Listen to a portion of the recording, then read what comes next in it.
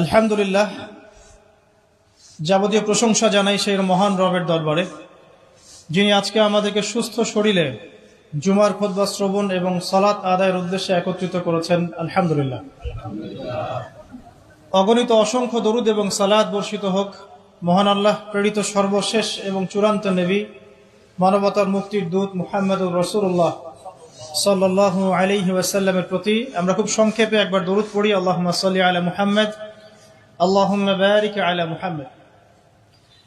আজকে থেকে 1450 বছর আগে নবী মুহাম্মদ সাল্লাল্লাহু আলাইহি ওয়াসাল্লাম একদিন মসজিদে বসেছিলেন। এমত অবস্থায় একজন আগন্তুক মসজিদে প্রবেশ করলেন, যার শরীরে ধবধবে সাদা পোশাক ছিল এবং যার চুলগুলো প্রচন্ড রকম কালো ছিল।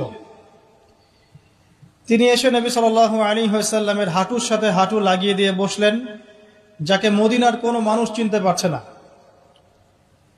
তার দুহাত নবী সাল্লাল্লাহু আলাইহি ওয়াসাল্লামের উরু এর উপরে রাখলেন, রেখে তাকে 4টা প্রশ্ন করলেন। প্রথম প্রশ্ন হচ্ছে, ইয়া মুহাম্মদ সাল্লাল্লাহু আলাইহি ওয়াসাল্লাম, হে মুহাম্মদ সাল্লাল্লাহু আলাইহি ওয়াসাল্লাম, আখবিরনি আনিল ইসলাম, আমাকে ইসলাম সম্পর্কে বলুন। নবী সাল্লাল্লাহু আলাইহি ওয়াসাল্লাম ইসলামের সংজ্ঞা বললেন, ইসলাম হচ্ছে তুমি আল্লাহর সাথে কাউকে শরীক করবে না, শুধুমাত্র আল্লাহর ইবাদত করবে, 5 ওয়াক্ত সালাত কায়েম করবে, নিসাব পরিমাণ সম্পদ হলে যাকাত প্রদান করবে, রমাদান মাসে সাওম রাখবে, সামর্থ্য হলে হজ করবে। ইসলাম। তিনি বললেন, সাদাকতা, আপনি সত্য বলেছেন। ওমর রাদিয়াল্লাহু আনহু বলছেন, ফাআজিবনা লাহু ইয়াসআলুহু ওয়া ইউসাদ্দিকুহু, আমরা তার এই স্টেটমেন্টটা শুনে অবাক হলাম যে সে নিজেই প্রশ্ন করছে আবার নিজেই সত্যায়ন করছে।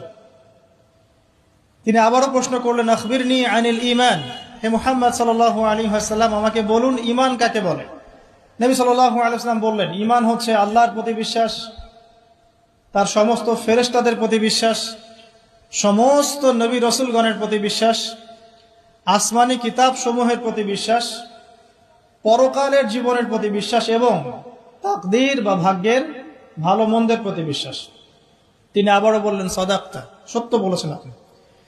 তিনি আবারও প্রশ্ন করলেন, ইয়া মুহাম্মদ সাল্লাল্লাহু আলাইহি ওয়াসাল্লাম, আখবিরনি আনিল ইহসান, আমাকে বলুন ইহসান কাকে বলে।